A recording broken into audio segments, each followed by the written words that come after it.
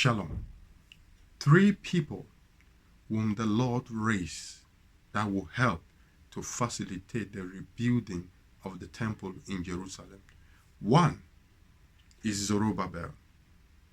Second is Joshua the high priest. And third is Cyrus. So now, these people, I mentioned them from biblical perspective. Now, if you study the book of Haggai and the book of Zechariah, you will understand what the Lord is saying.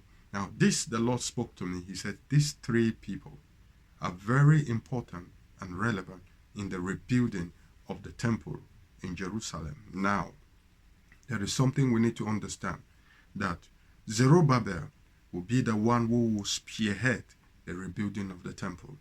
And that the Lord said, I will raise someone like Zerubbabel that will stand up, that will stand fast in rebuilding the temple.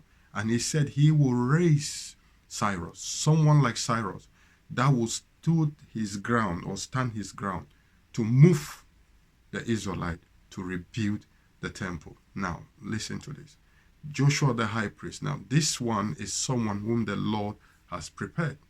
Because why is there a need for a temple without a priest, without a high priest?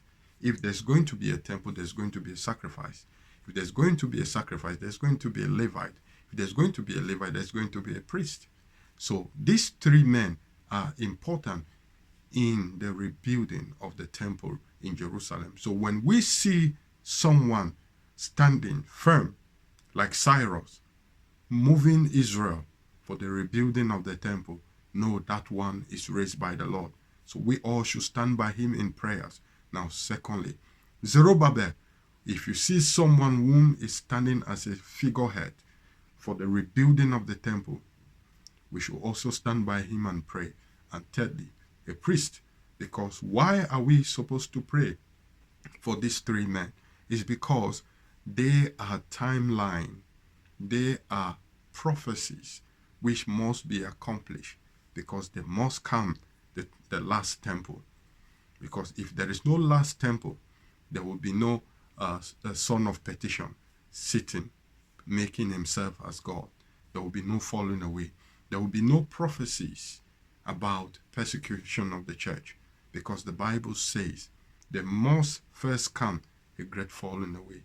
And because of the falling away that will come, it will be caused by the son of petition. So take note. Shalom.